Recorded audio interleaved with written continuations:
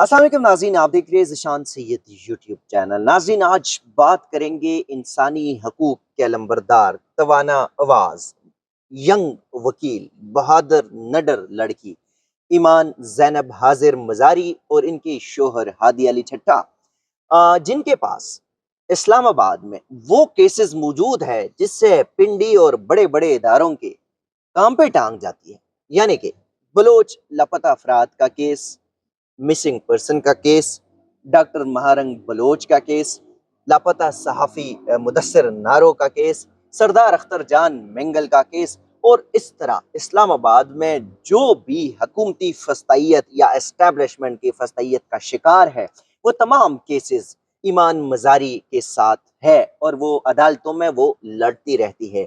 ایمان مزاری کی پٹیشن کی بدولت اب بلوچستان کے تقریباً 70 کے قریب وہ طالب علم، وہ طلباء جسے پاکستان کے مختلف درسگاہوں سے اٹھایا گیا تھا، ان کو واپس لانے پر حکومت مجبور ہو گئی۔ اگر ایمان مزاری وہ پٹیشن دائر نہ کرتی تو اسلام آباد ہائی کورٹ کے جسٹس محسن اختر کیانی اتنا سخت آرڈر نہ کرتے، اور اگر وہ اتنا سخت آرڈر نہ کرتے یا ڈائریکشن نہ دیتے شاعر احمد فراد کیس میں بھی، تو پھر وہ لارجر بینچ بھی نہیں بننا تھا، اور پھر یہ جو حکومت ہے ان کی یقین دہانیاں بھی نہیں ہونی تھی۔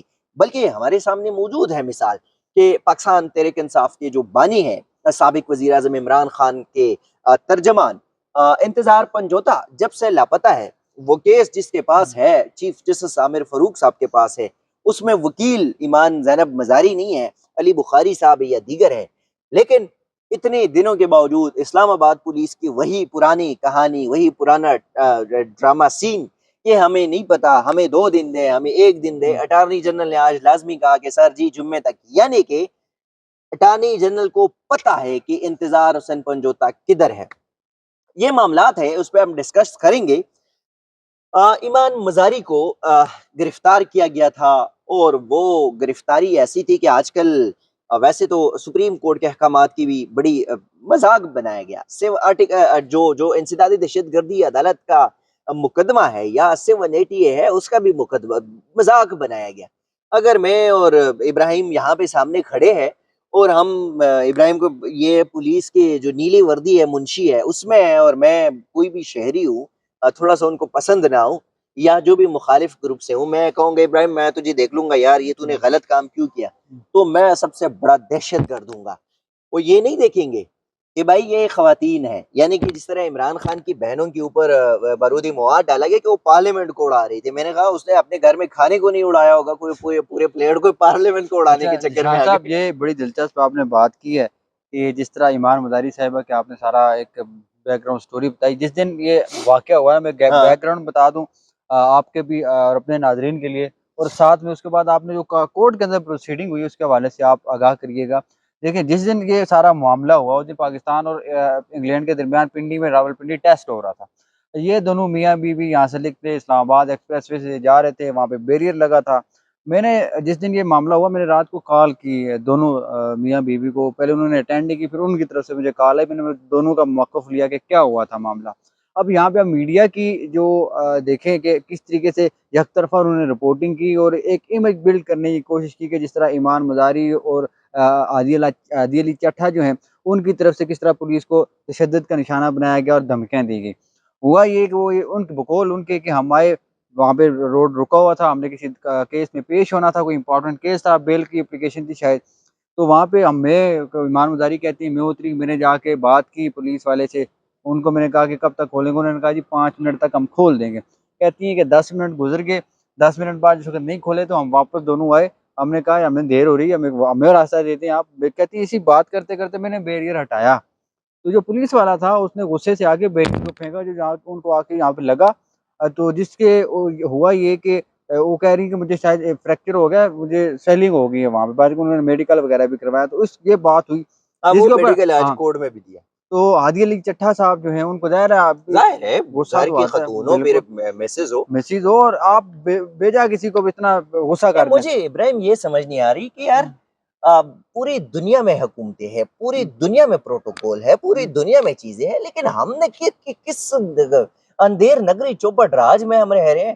آپ بہانہ ڈھونڈتے ہیں، شہباز صاحب جاتے ہیں، چل پوری سڑک کو بند کر، پاکستانی عوام گئے باڑ میں، پاکستانی جتنے لوگوں نے ذلیل ہونا ہے یہ گئے باڑ میں، ڈی آئی جی صاحب نے، آئی جی صاحب نے جانا ہے، نقوی صاحب نے جانا ہے، اسٹیبلشمنٹ کی کسی چہیتے نے جانا ہے، کسی جج نے سر جانا جی ہے، بند کرو بھائی دروازے. عام سی بات ہے، عام سی ایک بات ہے، معاملہ ہے وہ یہ ہے کہ آپ کے آئی جی صاحب اس وقت اسلام آباد پاکستان کا ایک سب سے محفوظ سمجھے جانے والے شہر کا آئی جی ہیں، اور وہ بھی خود بلٹ پروف گاڑی میں گھوم رہے ہیں. جی یہاں سے آپ اندازہ لگا لیں کہ اسلام آباد کے اندر اس وقت سیکورٹی صورتحال کیسی ہے. جس طرح ایمان کی میں بات کر رہا تھا، پھر انہوں نے یہ ساری میڈیکل رپورٹ وغیرہ لی، ان کو جانے نہیں دیا گیا، پھر وہ لڑائی جھگڑا ہوا اور انہیں پھر جو ہے ہاتھا پائی بھی ہوئی وہاں پہ.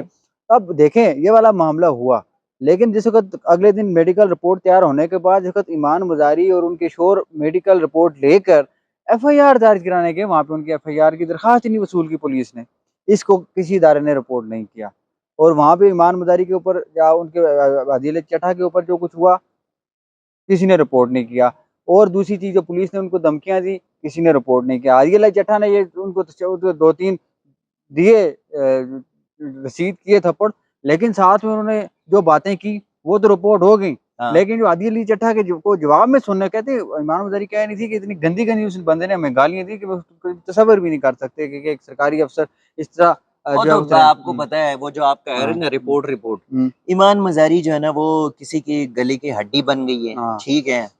بڑے بڑے سرماؤں اور بڑے بڑے فرعونیت کو جو ہے وہ برداشت نہیں ہو رہی کہ یہ کیوں سامنے کھڑی ہے، آ کے کیوں کھڑی ہے. جو جن لوگوں کو ہم اٹھاتے ہیں یہ وہاں سے اپنے خرچے پہ پہنچ کے تو کیس لڑتی ہے عدالتوں دوسری سے. چیز حیران کن طور پہ آپ دیکھیں کہ پاکستان تحریک انصاف کے بہت سارے کارکنان ایسے ہیں جن کو اٹھایا گیا، ابڈکٹ کیا گیا، ان کے فری آف کاسٹ انہوں نے کیسز لڑے ہیں.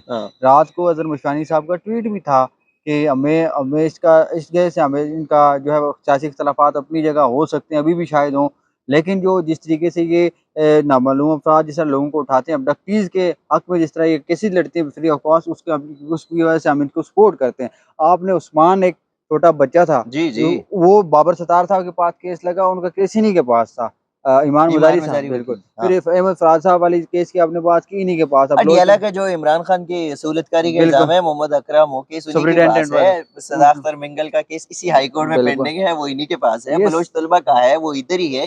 ڈاکٹر مہارنگ بلوچ کا کیس ابھی بھی ادھر ہی ہے. تو یہ سارا جو معاملہ ہے اس کو اگر آپ دیکھیں، یہ ایمان مزاری ہمیشہ ان کا ایک مجھے مشن نظر آ رہا ہے کہ یہ جو ابڈکشن والا سارا معاملہ پاکستان کے اندر ہو رہا ہے اس کو کسی طریقے سے ختم کیا جائے. ان کا فوکس بھی یہی ہے. فوکس بھی آج یہ بھی دیکھیں نا، جو پروسیکیوٹر صاحب ہے وہ کورٹ میں پیش ہوئے تو انہوں نے کہا ہمیں 30 دن کا جسمانی ریمانڈ چاہیے. یہ آج انسداد دہشت گردی عدالت کے اندر ان کو پیش کیا گیا، وہاں کا سارا یہ حال اب جو ہے وہ 30 دن کا ریمانڈ آپ کو کس لیے چاہیے؟ کیا ایمان مزاری کو یا ہادی علی چھٹا کو آپ نے بلوچستان کے بی ایل اے کیمپ سے پکڑا ہوا ہے؟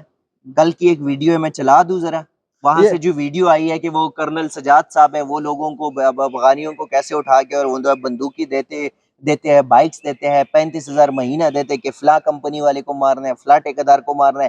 وہ لوگ بھول جائیں گے. پھر آپ نے ایمان مزاری کو ان کے گھر سے اٹھایا، آپ نے ان کے ہسبینڈ. اور دوسری بات ہے کہ اتنی جلد بازی کیوں ہوتی ہے کہ آپ صبح سویرے جا کے گھر کے اوپر چھاپا مار رہے ہیں؟ آپ نے اگر گرفتار کرنا ہے تو ادھر ہائی کورٹ کے باہر گرفتار کرے نا. آپ نے اگر گرفتار کرنا ہے تو کسی بھی سڑک کے اوپر، جس سڑک کے اوپر آپ نے رولا ڈالا ہوا ہے تو ادھر گرفتار کرے.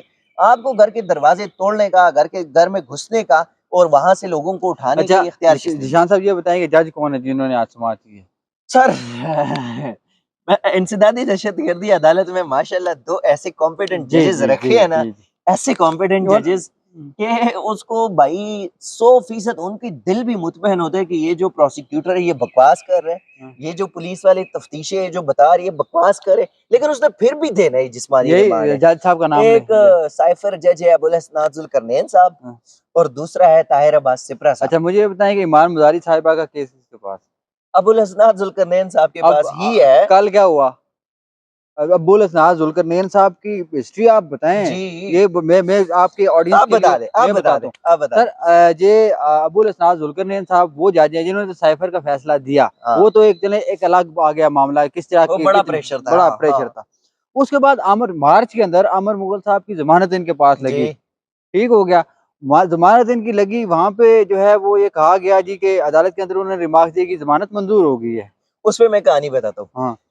ہوا یہ کہ پاکستان تحریک انصاف کے جو اسلام آباد کے صدر ہے عامر مغل، ان کی ضمانت لگی تھی وہاں پہ، انہوں نے کہا ٹھیک ہے ضمانت منظور ہو گئی. اچھا جیسے عامر مغل کی وکلاء کورٹ سے آ رہے ہیں نا، تو کچھ اے والے سمجھ گئے نا، مقتدرہ خاص لوگ، وہ ابو الاسناد ذوالقرنین صاحب کے پاس ملاقات کے لیے پہنچ گئے. اب انہوں نے دیکھا کہ بھائی یہ تو وکیل آ رہا ہے، اور وکیل بھی جانا پہچانا ہے، میں نام نہیں لوں گا اس کا بھی. وہ انہوں نے کیا یہ کہ وکیل صاحب نکل گئے، وہ اندر جج کے پاس گئے، جج نے ادھر فوراً فون کیا، وہ فلاں پہنچ واپس. انہوں نے کہا میں نہیں آ رہا. انہوں نے کہا میں کہہ رہا ہوں واپس آ جاؤ. انہوں نے کہا میں نہیں آ رہا. انہوں نے کہا میں چلا جاؤں گا، وہ ادھر بیٹھے ہوئے مجھے اٹھا لیں گے. انہوں نے کہا میں نہیں آ رہا. وہ وکیل صاحب جو ہے وہ ہمارے بڑا اچھے دوست ہیں، وہ ٹی سی سے آئے ڈسٹرکٹ کورٹ، بیٹھے رہے چھت کے اوپر کینٹین کے اوپر، جو کہ میں ساتھ تھا اس کے. تو اس نے مجھے پوری کہانی بتائی. اچھا ہم چائے پی رہے تو اس کو دوبارہ کال آئی کہ بھائی وہ آپ کو بلا رہے کیا آپ آئے. انہوں نے کہا میں نہیں آ رہا. اچھا پیچھے سے آرڈر شیٹ ہے ضمانت خارج. بالکل. اب ضمانت خارج ہوئی، وہ والا معاملہ آیا اسلام آباد ہائی کورٹ کے اندر جسٹس میاں گل حسن اورنگزیب صاحب کے پاس اور جسٹس ارباب صاحب کے پاس. جی وہاں پہ انہوں نے جس وقت یہ دیکھا، یہ ان کو پتہ چلا کہ اس طرح کا کنڈکٹ کیا ہے، جی اس وقت انہوں نے ایک نوٹ لکھا اپنے فیصلے کے اندر اور انسپیکشن ٹیم کو بھیجا کہ ان کے خلاف کارروائی کریں.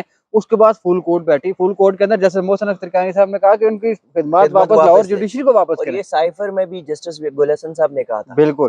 اب یہ والا معاملہ ہوا. اب دوسرا یہ جب حال ہی میں ڈی چوک میں احتجاج کی کال تھی، شیر افضل مروت اور ایم این ایز پارلیمنٹ کے اندر سے جو ایم این ایز گرفتار کیے تھے، اس پہ بھی سب کو کہا یہ اس کو 8 روزہ جسمانی 8 روزہ.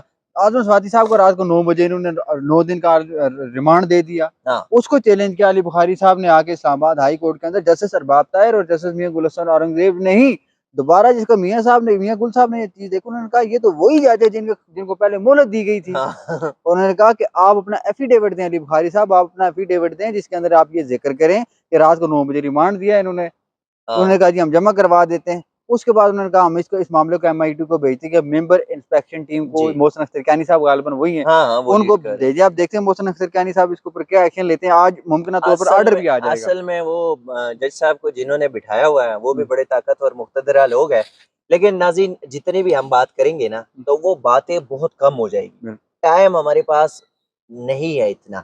لیکن جن 2 بندوں کو انسدادی دہشت گردی عدالت میں بٹھایا گیا، اس کا خاص مقصد یہی ہے کہ اسٹیبلشمنٹ کے خلاف بولنے والے پاکستان تحریک انصاف کے لوگ ہو، وکیل ہو، صحافی ہو، جو بھی ہو، جو اسٹیبلشمنٹ کے اوپر ان کے اوپر تنقید کرے، حق پر ڈٹے رہے، ان کو انسداد دہشت گردی عدالت 1 اور 2 یعنی کہ ابو الاسناد ذوالقرنین اور طاہر عباس سپرا کے ذریعے پولیس کے ہاتھوں، FIA کے ہاتھوں ذلیل ہی کرانا. اچھا ایک اور بڑی امپورٹنٹ چیز یہ ہے کہ دیکھیں پاکستان تحریک انصاف کو چاہے جتنا مشکل وقت سپریم کورٹ اور اسلام آباد ہائی کورٹ کے اندر دیکھنے کو نہیں ملا، جتنا آپ کو لوور جوڈیشری کے اندر ملا، انسداد دہشت گردی کی عدالتوں کے اندر جو ہے وہ ان کو ملا ٹف ٹائم.